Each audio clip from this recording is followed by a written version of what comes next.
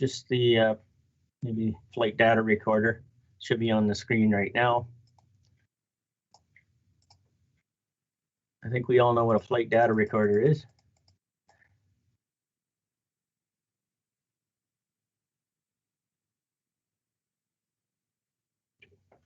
But what you probably didn't know is it's required in certain aircraft, transport category aircraft for sure, commuter aircraft, anything where there's passengers on board.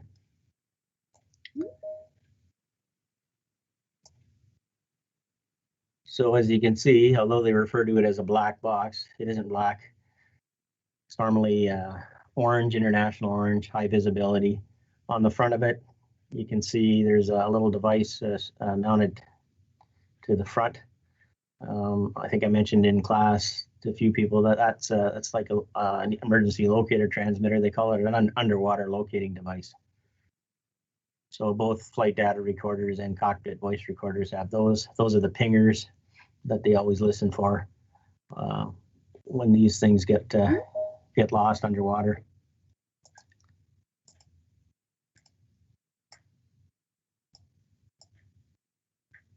So that housing that we just saw is to some extent crash resistant. And for both the flight data recorder and the cockpit voice recorder, in a fixed wing aircraft, we're going to want to put that in an area of the aircraft that's least likely to be damaged in the event of a crash. So I think we deduced during our talks on emergency locator transmitters, that would be the tail section. So both the flight data recorder, cockpit voice recorder, ELT are all back in there. Okay, like I said, to some extent, it's crash resistant. It can take a lot of poundage.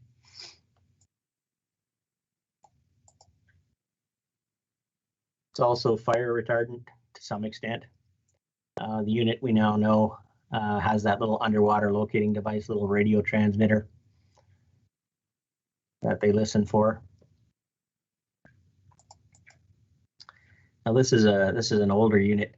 That one has magnetic recording tape, but the newer units have integrated circuits to record the data. And that's what that typically says. So more modern flight data recorder, well, I don't know how modern that is, uses magnetic recording tape or integrated circuits to store the data. And what we're looking to store as a bare bone minimum is the last 25 flight hours. Or even, like I said, that's minimum, or even longer. On either magnetic recording tape or integrated circuits. So inputs, so what is this thing recording from the sensors that are piped into it? Because there's certainly a lot of pieces of equipment, even though we're dealing with a device that's sitting in the tail section of the aircraft, there seems to be a lot of other peripheral equipment that play a role.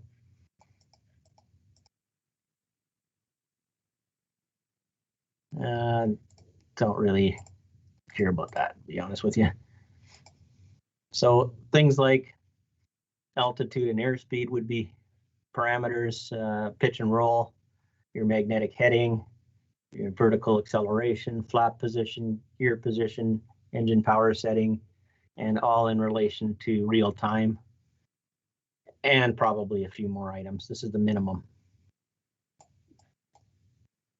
Sure, there's a black box. You wanted to see it as a black box, little chart over. So that takes care of flight data recorders.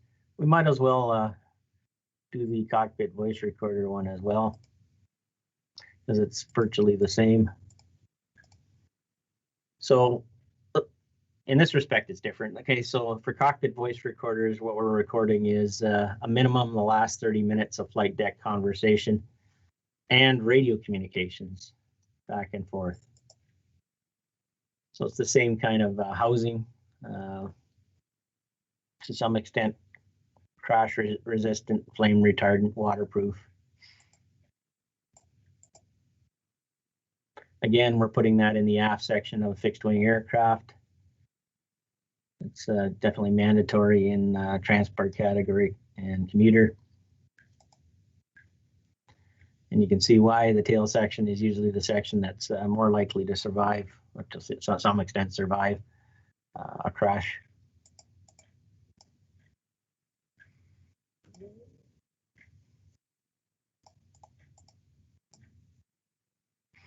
So as far as recording voice, what is it we want to record again? Well, we said we wanted to record what's happening in the cockpit, hence the name Cockpit Voice Recorder.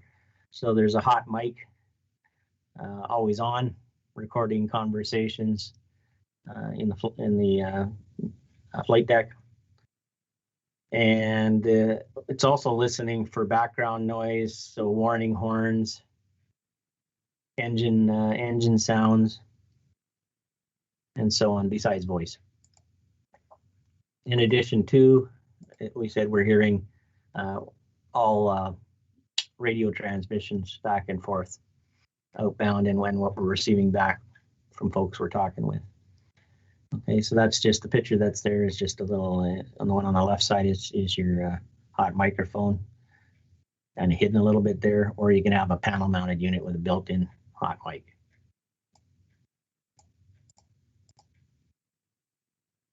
And yes, yeah, it's connected to the intercom system. So if we have our headsets on, it's picking up everything that we're saying, conversations, pilot, co-pilot, crew, and again, everything we're saying on the radio to whomever, and what they're saying back to us. And that hot mic, like I said, continues to pick up not just our cockpit conversations, but it's listening in the background for noise, engine noise, and other sounds that could help sort of solve the puzzle if an aircraft crashes.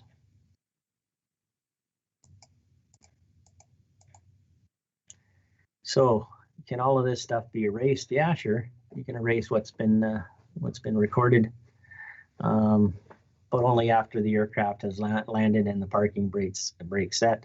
Then and only then can you hit the erase mode and clear it. And like I said, you probably will have some. In order to do that, you got to have a little panel mounted unit to initiate the erase mode. As far as playback goes, that's not necessarily it's not possible in the aircraft.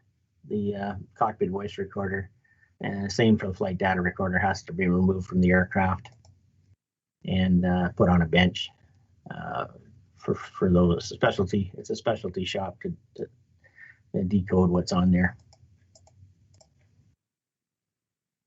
And we already know the information, what it's being used for. It's to help investigators figure out what happened in the event of a minor accident or more serious crash. Okay, so that takes care of that. Let's go over here and look at the worksheets. Not that worksheet. Okay. So for flight data recorder, you should have wrote down what it stands for question 1. Okay, so FDR stands for Flight Data Recorder, not Franklin D. Roosevelt, probably stands for that as well. Question 2, what's the purpose of the flight data recorder? And it's to continuously monitor and store flight parameters, such as the basic flight parameters: altitude, airspeed, pitch attitude, roll attitude, vertical acceleration, flap position, gear position, engine power setting, and all in relation to real time. And we're looking at those flight parameters for a minimum recording of 25 flight hours. That can be sort of retrieved by investigators piecemeal, what may or may not have happened in the event of a crash. Question 3, how is the information stored? So it's either stored on magnetic recording tape or solid state erasable programmable read-only memory chips. Where is it installed? In a fixed-wing aircraft? Well, like every good box that needs to be protected from crash in a fixed-wing aircraft, it's in the tail section, along with the cockpit voice recorder, flight data recorder. And yes, the color of a flight data recorder or a black box is not necessarily black, it's orange and or reddish for high visibility, ease of recognition. Question 6, how is the flight data recorder protected against destruction? And the answer there is it's designed to withstand impact, fire, and water. And it's either in an aluminum, titanium, or steel inner case. And both flight data recorders, cockpit voice recorders, are pretty much manufactured in the same respect. Okay, so that takes care of flight data recorder as far as the questions and answers. And let's just might as well wrap up cockpit voice recorders as well.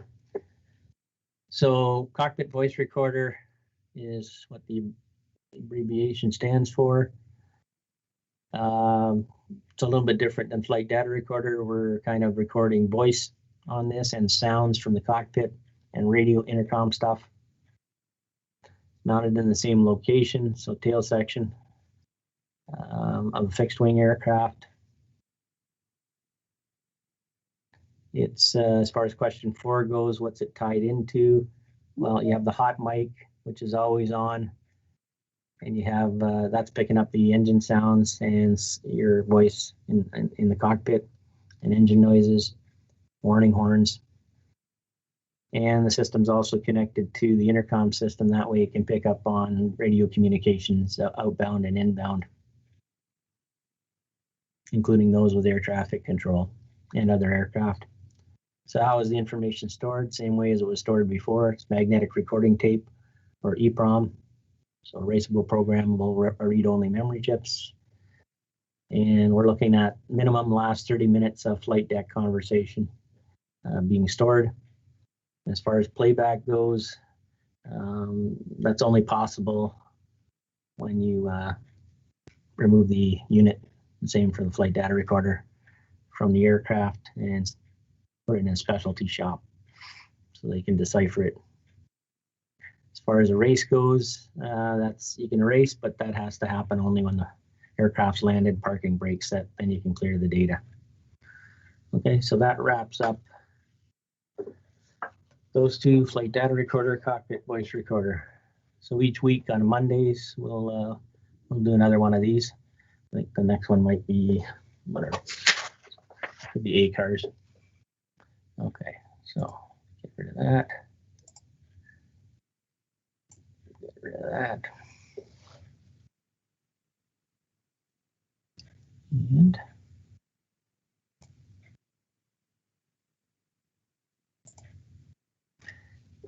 for those who are just joining us, you're late.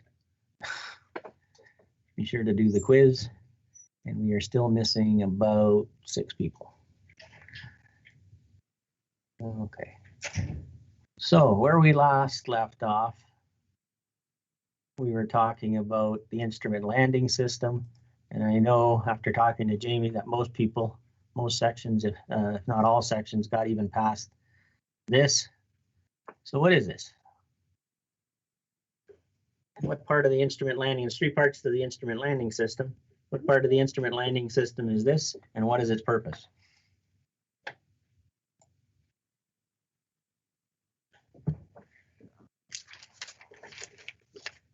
Here.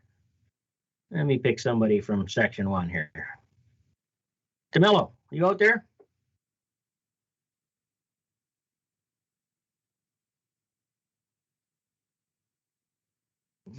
That's not good. Eric Giroux. Yeah, I'm here, Darren. What was the question again? Is this DeMello? No, it's Eric. Oh, okay. So the picture that's on the screen. Yeah. It's part of what? ILS. It's So for an ADF beacon, isn't it? So the instrument landing system has 3 parts to it. Anybody remember the 3 parts? Not exactly. What's the writing say? It says ILS. Okay, what's the writing on the left say? Localizer beams. Ah, there you go, localizer. So the 3 parts to the instrument landing are in order of acquisition. and that's what I mean in order of capture on the way in, first and foremost is the localizer, and it provides lateral guidance. So in case you're not familiar with what lateral guidance is, in good old football term, a quarter lateral is it's guidance side to side. Okay, so what is it you really need side to side guidance on? I'm kind of thinking that it'd be really nice to land on the runway, and when you do that, you should probably want to do that center line instead of offset center. So the localizer, as far as 25 nautical miles out, is helping us align with the runway that's in front of us. And it's doing that by sending out, it looks like, two very, very directional beams of energy from a shack that's about 1,000 feet behind the runway in question, sending out only about 100 watts, but that 100 watts is getting out about 25 nautical miles up and over the runway and out to you on the way in. And your antenna system, I mean your nav antenna system, is picking up the signals, and it's doing a little interpretation. It's looking at the 90 hertz, which is on the left on a front course approach, 90 hertz signal, yellow, what we call the yellow zone, which is modulating the carrier at 90 hertz. And it's looking at the right side energy, which is 150 hertz, the blue zone on a front course approach, to look at the intensity of both of those energy fields. And what it would love to see, the nav receiver through the antenna system, it would love to see both of those coming in at 20% each, because that's what a standard localizer centering signal is. It's when both the yellow and the blue energy are at 20% each, meaning they're equal. And only then would it paint the needle, the track bar needle on the nav indicator in the center. So right now I'm looking at that aircraft, and that aircraft, to me, it looks like it's picking up a lot more yellow energy than it is blue. Hence, the nav indicator, the track bar needle, would be hanging in what direction, telling the pilot to do what.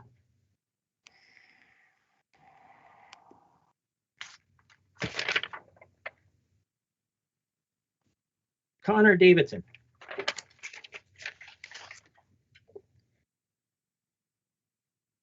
How's it going there, Darren? Not so bad, you? Oh, pretty good. Yeah, so what's it telling the pilot to do? And what would it be telling the pilot to do? Land on the middle of the runway there. Okay, which direction is it going to tell the pilot? Which way is the needle hanging on the indicator? It'll be hanging on the left. You're scaring me, buddy. What's the rule of thumb for needles?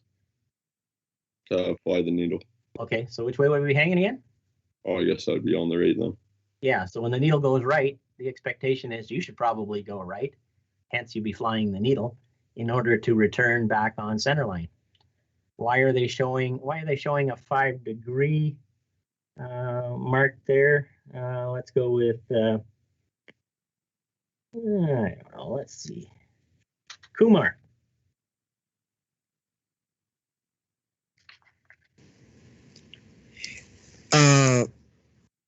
That's a beam angle, I would say. Okay, hang on a second. Okay. So they call it the course width. So they're talking about the localizer course. The width is 5 degrees. And to me, it has something to do with those dots on the nav indicator. Where the heck do they get 5 degrees? I think when you're in localizer mode, I think the 5 dots either side of center. What's the resolution on the dots when you're in localizer mode? Each dot represents how many degrees off center? I think 10 degree. Oh, sorry. Each dot. Yeah, each dot has 1 degree, I think. 0.5. Yeah, so each dot is 0.5 of a degree off the center line of the runway. So I'm thinking that in total, there is 10 dots, 5 dots either side of center. So 10 dots at 0.5 of a degree per dot, that's 5 degrees. So that's the course width of 5 degrees when you're in localizer mode. What else can be said about that? It's a front So course. that's 2.5 on each side, right there. So that's plus or minus 2.5. Keep in mind the indicator. Maybe we'll see the indicator in the next slide. Yeah, there's the localizer portion of the instrument landing system. Again, sort of a recap. At the back of the runway is the Love Shack. Okay, set about 1,000 feet back of the instrument landing system runway. It's transmitting on 108.10 megahertz. That's the first ILS frequency, up to 111.95. So it's the odd tenths. There's only 40 of these frequencies. And the two signals that there's actually 3 signals coming off that Love Shack.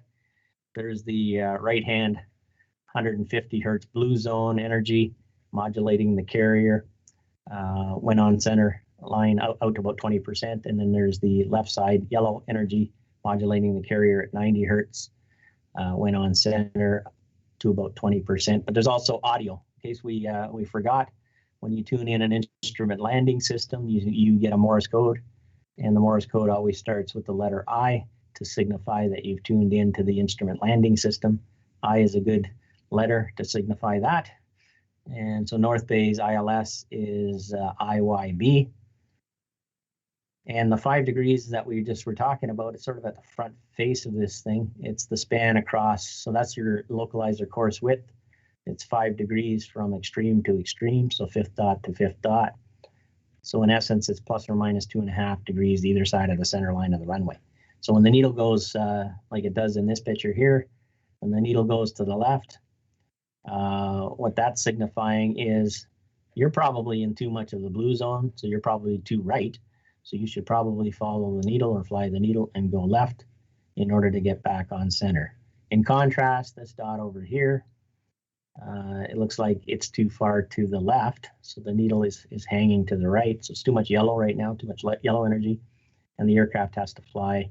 It looks like full scale deflection, 2.5 degrees to get back on center line. Strangely, the only aircraft that's doing good in that respect is the one further out here, right at the start. So it's right smack dab in the middle, and both blue and yellow energy are equal, so they're both 20% intensity, and the needle is painted in the center, meaning you're precisely on the localizer course. You're lined up with the center line of the runway. Okay. So keep in mind, we're dealing with, even though we keep referring to them as colors, the blue on the right, the yellow on the left, modulating the carrier, you don't see any color. That's just the name we give them. But when they're of equal intensity as deemed by your nav receiver through the nav antenna, that will cause the track bar needle to center, and you're off to the races. You're doing a good job. However, if the needle is not in the center, the rule of thumb is fly the needle. So if it goes right, you go right to get back on center. And if it goes left, you go left to get back on center. It's a pretty easy game to follow. And again, North Bay ILS. So how did we get to North Bay? Because the ILS is only happening for us at the very end of our flight. How we had gotten to North Bay is by using the VOR system, that navigational system, probably in conjunction with our GPS, flying on the Victor Airways, those imaginary roadways in the sky. So we would have been tuned in before we tuned into the ILS. We would have been tuned into North Bay VOR, which is on the frequency 115.400, which sends out a Morse code identifier of YYB. That's the same code they put on your luggage when you land here at North Bay, YYB. And flying on the VOR, we would have been in touch with the air traffic control. They would have told us to begin our descent onto Jack Garland Airport at some point and get down to a suitable altitude and maintain a suitable heading to intercept runway 08. And they would have asked us to tune into North Bay ILS, which is on 110.90 megahertz. And how I know that's an ILS frequency as opposed to a VOR frequency is when I look at the first place of decimal, it's an odd number. So the odd number is 1, 3, 5, 7, and 9. If that's the first place of decimal, between the frequencies of 108.1 and 111.95, then yeah, that's definitely correct for an ILS frequency. The Morse code would change. It was YYB, and it would now change to IYB to signify even be tuned into the instrument landing system. And so out 25 nautical miles. So this ring around the airport is only a 10 nautical mile ring, but the energy would extend out 25 nautical miles, and you could start to line up on center line with runway 08. Keep in mind, and we had talked about VOR earlier back in the heyday. VOR Yankee Beacon, which is on 404 kilohertz, sending out a Morse code of just the letter Y on 1020 hertz. If you had your VOR, sorry, not your VOR, if you had your ADF tuned in, your needle would be pointing at that non-directional radio beacon, and as you fly over it, your needle will spin around, signifying that the beacon is now behind you. And I believe that beacon, when it came to ADF, was 3.8 nautical miles out from the from runway 08. So it was a sort of an approach fix on the way into runway 08. So front course approach versus a back course approach. We went through this. Back course approach. There was a time. Now Lynn and I had a little bit of a talk on this. Back course approach with the aid of a localizer. Localizer often was unusable on a back course approach onto an IFR runway. But if you got lucky, depending on the terrain at the airport, there might be restricted use. It's not necessarily safe for a back course approach, but it could be used for things like transition, intersections, holding patterns, missed approaches, and so on and so forth. You could utilize the signal and the needle movement for that. Or if you got really lucky back in the day, they would let you use it as completely usable for a back course approach, but there would be no glide slope associated to it. So nothing to help you on the descent angle. But if it was usable, sort of the buyer beware on that is you're performing a back course approach. So the signals that are coming off that Love Shack are reversed on a back course approach, meaning that the blue is now on the left side and the yellow is on the right side. So flying the needle in that respect would be in reverse. So if the needle went right on a back course approach and you tried to go right to follow it, it would go more right. So you'd have to kind of think in reverse, unless of course your nav indicator was a little bit more fancy than some of the other nav indicators and it had a correction, a button you could press for back course, and it would fix those signals for you. And you could just then think about it as a front course approach, and needle sensing would be correct if you had that feature. Okay. The glide slope, I think I asked some people to give some thought as to what a suitable descent angle onto the runway might be. Okay. And it's definitely not 45 degrees. But the glide slope is going to provide us with vertical guidance, whereas the localizer was providing us with lateral guidance, so centerline guidance. The glide slope's providing us with vertical guidance on our approach to the runway. And the glide slope operates on a UHF spectrum, the UHF frequencies. The official start frequency is 329.15 megahertz, and the last frequency is 335 even megahertz. There's as many glide slope frequencies as there are localizer frequencies. Hence, there's 40 of them. Okay, there's 40 localizer frequencies and there's 40 glide slope frequencies. And there they are there, and you're saying, ooh, weird. Yeah, the UHF frequencies, the glide slope frequencies are on the right. I sort of got them highlighted in the pink highlight at the top. They're UHF, whereas the ones on the left are your localizer frequencies in the yellow. And that's what we call channel pairing. Okay, you're never going to have to tune in one of those UHF frequencies. I'm just telling you the system operates UHF from 329.15 to 335, but you're never going to have to tune in those frequencies yourself because you already did something right. When you were told to tune in the ILS for an airport, like for example, North Bay ILS is 110.90 megahertz. When you were told to do that, your nav receiver already, once you did that, turned on the glide slope circuitry on 330.80 megahertz. So that's what channel pairing is all about. When you tune in the localizer frequency, which is the one you can actually see on your nav receiver, mysteriously without you knowing it, inside the the glide slope automatically comes alive, glide slope circuitry. And in this case, for 110.9, it comes live at 330.8 megahertz. So that's what we call channel pairing. So in a modern avionics installation, the glide slope receiver is an integral part of the nav receiver. So that nav receiver is a pretty smart box. That nav receiver was doing VOR to get us from place to place to place. And depending now on the new frequencies that we put in, that thing is also part of our ILS. So it's both our localizer and our glide slope that are the circuitries inside the nav receiver. So in this case, the proper glide slope frequency automatically gets set in when you put in the airport's localizer frequency in the nav receiver. You don't see the glide slope stuff happening. Okay, so that picture isn't actually a localizer frequency at all. Those are both VOR frequencies, but it's the same unit, same box. So what does the glide slope do for me? Well, we said it's providing me with vertical guidance. So I need another needle on the indicator. Okay, I need a second needle now, a needle that is in the horizontal plane of existence that moves vertically up and down. Okay, so the glide slope signal is going to activate a glide slope needle on the nav indicator, but in a modern avionics installation, the glide slope indicator is part of the nav indicator as well. So that's what we're looking at. We're looking at indicators that have not just the vertical needle, okay, the vertical needle being for VOR and for localizer, but also now have a horizontal needle that has the capability of moving up and down.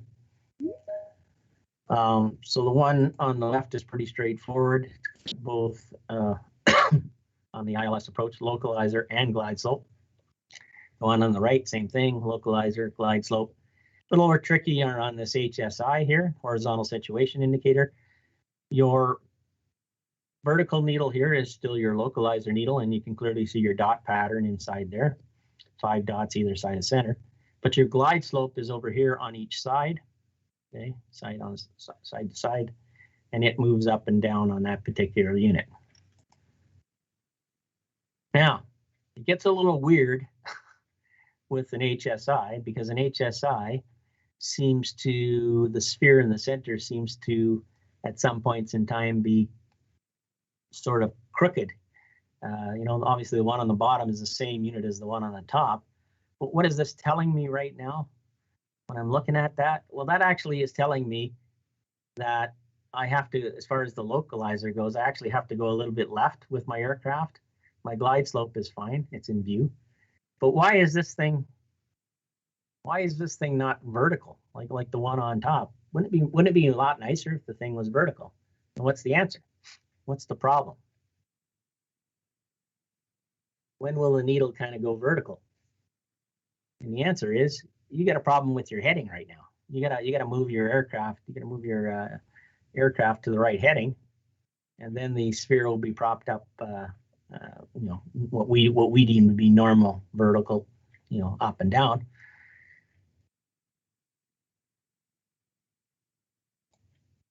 So when it comes to the glide slope, it used to be part of the nav antenna, which this all made sense. You had a nav receiver. The nav receiver had VOR circuitry, it had localizer circuitry, and it had glide slope circuitry. And then you had the nav indicator, which could display VOR information, localizer information, and glide slope information. And then you had the nav antenna that could facilitate the frequencies of VOR, localizer, and glide slope, all in one. So it makes sense. Nav receiver, nav indicator, nav antenna. But then they said, we don't love the nav antenna for the glide slope. We don't mind the nav antenna for VOR and localizer, but we really don't like it for the glide slope. Okay, so here's why. A little bit of here's why. In here.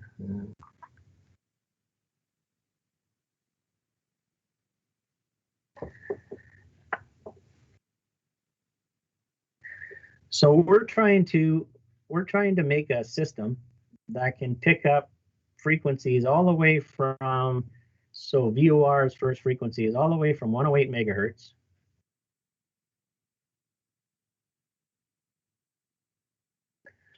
all the way to the very last frequency of glide slope, which is 335 megahertz. Okay, so our first problem with that is 108.00 megahertz is a VHF frequency, and 335 megahertz is a UHF frequency. So our first problem with trying to house the glide slope frequencies in the nav antenna is that we're trying to make an antenna that is broadband, that covers the frequency spectrum all the way from 108 megahertz VHF through to 335 megahertz UHF, and expect that that antenna performs well on all of those frequencies when it doesn't. Okay, it's a dog on most of them. Okay, antennas have a negative gain at best. Some of them have more negative gain than others, which means right from the get-go, it's a losing battle. So they didn't like the fact that the UHF stuff was included in the nav antenna. It makes for a sort of a hard go of it to try and design an antenna that's performs okay through that range of frequencies. The other thing they said was the nav antenna, when it comes to the glide slope, is scalloping the glide slope. You're saying, what is scalloping? You know, is it like potatoes, scalloping potatoes? No, scalloping is when it's kind of like Bell Express view on a bad weather day. 1 minute you have the signal, and the next minute you don't have the signal, and then you have it again, and then you don't have it again. And then so the glide slope needle, 1 minute it's working, the next minute it's not working and the flag's in view, and then it's working again, and then it's not working again. And they're saying, well, that's scalloping, and it's being caused by a big metal thing shadowing the antenna that's between basically the glide slope signals coming from the ground up and the antenna. And that big metal thing is the fuselage of a wide-bodied aircraft. Okay, so it was decided that moving forward, the glide slope would have its own basically antenna, nose-mounted antenna, just for the frequencies that it operates on. So 329.15 to 335 megahertz. So it's got its very own nose-mounted antenna. Because it's nose-mounted, it isn't going to be shadowed in any way, shape, or form by the fuselage of the aircraft. And because now it's cut just for the UHF band of frequencies, it'll perform well. So the nav antennas nowadays, okay, they're just going to be used for 108.00 through to, well, it's going to be 108.00 to 117.95 megahertz. Okay, so it's going to be used only for VOR and localizer. That's it. And this guy here is just your glide slope. Good. So that means I would need, if you go back, that means I would need how many inputs into the nav receiver? Well, I would actually need 2 separate inputs into the nav receiver, and that's true. The back of the nav receiver, okay, if I kind of draw the back of a nav receiver, it has 2 inputs. Okay, it's got one for that they're calling nav, and one over here that they're calling glide slope, a separate input for the glide slope antenna.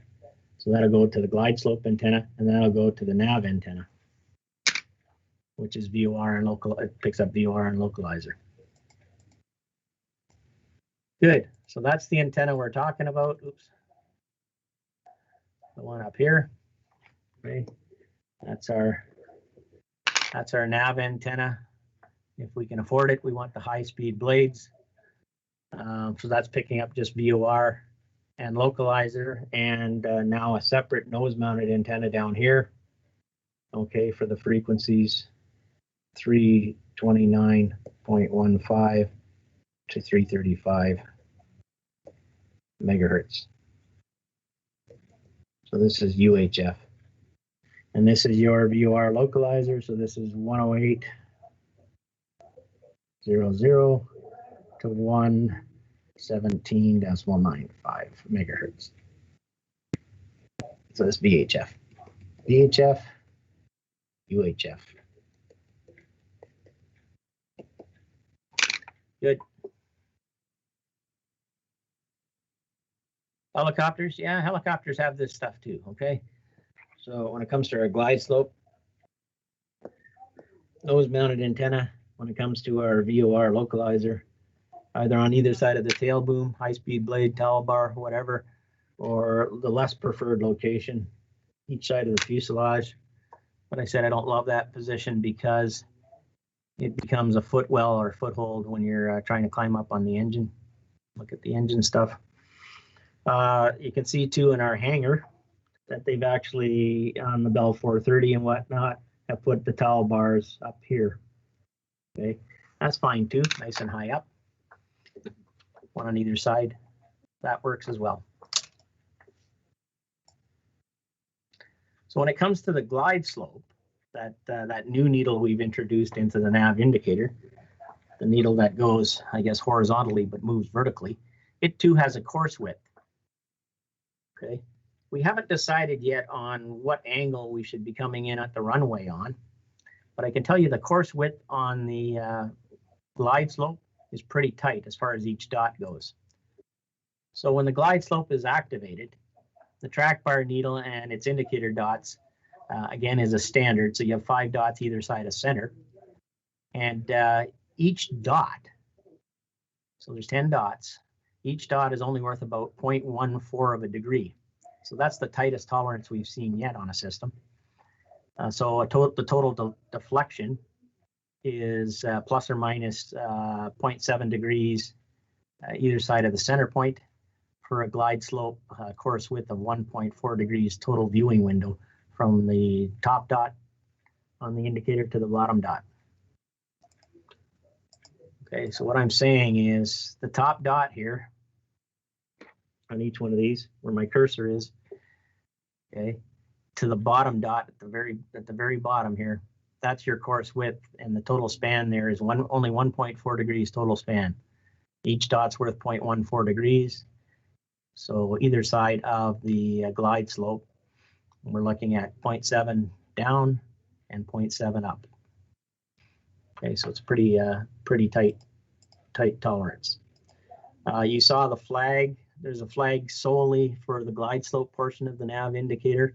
If the flag is off, you can't use the information being presented to you on the glide slope needle. And this flag only actually appears in the last segment of your flight when you're making the instrument landing. It doesn't appear, it pulls out of view when you're making the last segment of your instrument landing. It'll also show up in your face if the signal is weak. Obviously that scalloping thing was a problem, so if the needle starts to scallop, it'll show up. But either way, when a flag is in view, you can't use the information being displayed. So hopefully, the glide slope in the last segment of our flight, that flag there goes away, or the one over here, the barber pole, and the one on the right-hand side goes away. The nav flag shouldn't be there either because we're using the localizer, so it should be gone. The only thing we should be staring at is 2 needles, a vertical needle to help me with lateral guidance, side-to-side guidance, keeping me on the center line of the runway, and a horizontal needle, okay, helping me stay on the precise glide path. Where's the flag for the glide slope on the horizontal situation indicator? You don't see it. It's a little cover that pops out and on either side here and shadows the glide slope needles on either side. Just kind of covers it up when the flag comes into view, so you don't see it at all. The nav flag here, the nav flag is associated to the vertical needle. Okay, nav flag is always associated to this vertical needle, which is VOR and localizer, and the glide slope has its own separate flag for that. And in case you don't remember, on an HSI, that system is coupled into a slaved compass system. It's one of those flux valve systems. So if you see the heading flag come in view, you've got a problem with your compass system. and the magnetic heading information under the lubber line is probably unreliable. So let's talk about that angle, that precise angle that we should be making our descent on. So depending on local obstructions or terrain problems at an airport, your angles could be as shallow as a 2 degree descent angle, which is pretty shallow, or as steep as a 4 degree descent angle. So those are your extremes, okay, depending on local obstructions at the airport site. So those aren't the preferred angles. Those are the extremes. The preferred angle is actually 2.5 degrees. Okay, so typical glide slope descent angle is set at 2.5 degrees. The next best, okay, if you can't achieve 2.5, would be 3. The worst case scenario is as high as 4 and as shallow as 2. Okay, so this is the order of preference: 2.5 first, 3 second, and then those other two are our last case scenarios, depending on local terrain issues. So when it comes to the glide slope, think of the glide slope operating very much like the localizer. The localizer had 2 very directional beams of energy focused side by side, whereby 150 hertz blue was on your right on a front course approach, and 90 hertz yellow was on your left on a front course approach. And when they overlap in the center, that represents 20% of each signal. It means you're centered. The glide slope is the same deal, except so it's using exactly the same modulating frequencies, 150 hertz blue and 90 hertz yellow, except now the energy beams are one on top of the other. So they're aligned vertically. So there is what we're looking at on the glide path. So we've already decided that the preferred descent angle right down the middle here would be 2.5 degrees if we could get it at an airport site location. 3 would be okay as well. Case in point, 2 very directional beams of energy are being shot out by another transmitting shack near the runway. The upper energy field is at 90 hertz, okay, and the lower energy, if you want to refer to it in that respect. So it's the same deal. It's fly the needle. If the needle goes up, you should probably fly up in order to get back on the precise glide slope. If the needle goes down, you should probably go down in order to get back on the precise glide slope. Okay, so I'm looking at 3 aircraft here. The only aircraft that's actually doing it right on the wrong side of town is aircraft A. Okay, aircraft A is feeling equal amounts of yellow intensity, so 90 hertz energy on the top, and equal amounts of 150 hertz energy on the bottom. Hence, that particular aircraft glide slope needle would be painted right in the center, signifying you're precisely on the glide path, which it says is typically set at 2.5 degrees. Aircraft B is in a little bit of trouble. Aircraft B is too low. It's below the glide path. The indicator says you're too much in the blue area, the 150 hertz area, and your indicator now has deflected up. It's deflected up at least 1, 2, 3, about 3.5 dots, keeping in mind that each dot is worth 0.14 of a degree. So this aircraft has to fly up, so fly the needle in order for the needle to go back in center and to return the aircraft back on the precise 2.5 degree glide path. Aircraft C is flying too high. It's too much. It's in too much of the yellow zone, and the needle has deflected down 1, 2, 3, 3.5 dots, signifying that the aircraft should fly the needle, fly in the direction of the needle, so down in order to return back on the glide path, which is set at 2.5 degrees in this picture. Okay, so that's what we're looking at there on approach. So way out here, 25 nautical miles, even before we see this picture, we've been already trying to get our localizer centered, okay, centered on the center line of the runway, the vertical needle. Looks like the vertical needle in each of these pictures is doing a good job. But at some point, you know, air traffic control told us to maintain a specific altitude and a specific heading to intercept. We already had intercepted the localizer, but now we're waiting to intercept the glide slope, these very focused beams of energy, one on top of the other. And at some point, the flag actually disappears. The glide slope flag should pull out of view. Don't know why they're showing it here. And the needle comes alive. So the needle in this case was sitting on the top stop. And at this point here in this center picture, then the needle is actually starting to come down. And at this point here, the needle is centered. So at that point, everything's looking pretty nice for this aircraft. Okay, you're precisely on the glide path, which is set at 2.5 degrees typically, and you're on the center line of the runway. Okay. So if you kept going without actually getting down on the slide, without getting on the glide slope at this point, your aircraft your glide slope needle would actually start to go down, signifying now that the glide slope is below you. 3 azimuth dots here in space. So we're looking at the runway 30 on a front course approach. We're looking at 3 indicators whereby the needles are those swingy type of needles. The needles swing. And the only aircraft that seems to be doing it right on the wrong side of town here, seems to be doing it good, is aircraft 1, which is this little dot here, this little azimuth dot in space, right centered here. Because I'm looking at the vertical needle and it's perfectly centered, signifying that aircraft is right on the localizer.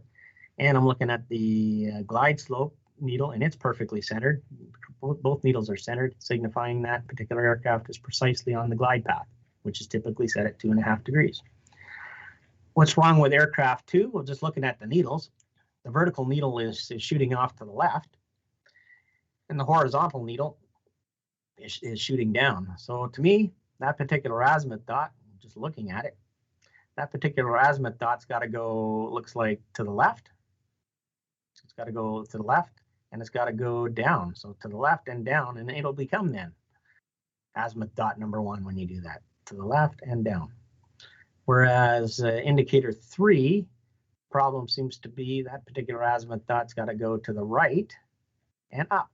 So to the right and up a little bit, in order to get precisely back on both the localizer and glide slope.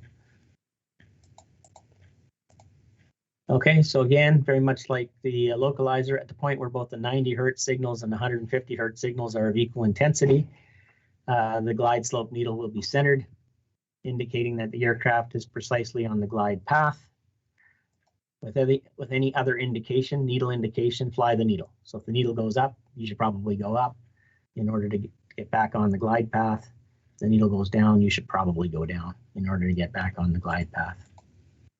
Okay, so that's really what we're looking at here.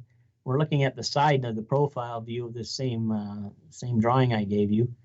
This is the shack in question. It's the UHF glide slope transmitter shack, transmitting anywhere from 329.15 megahertz through to 335 megahertz. It's the UHF thing. It only radiates about 5 watts, but it's modulating 2 frequencies, the 90 and 150 hertz frequencies.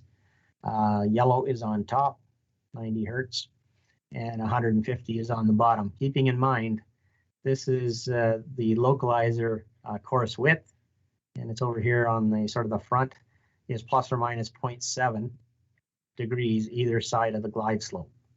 Okay, so the total course width is 1.4 degrees.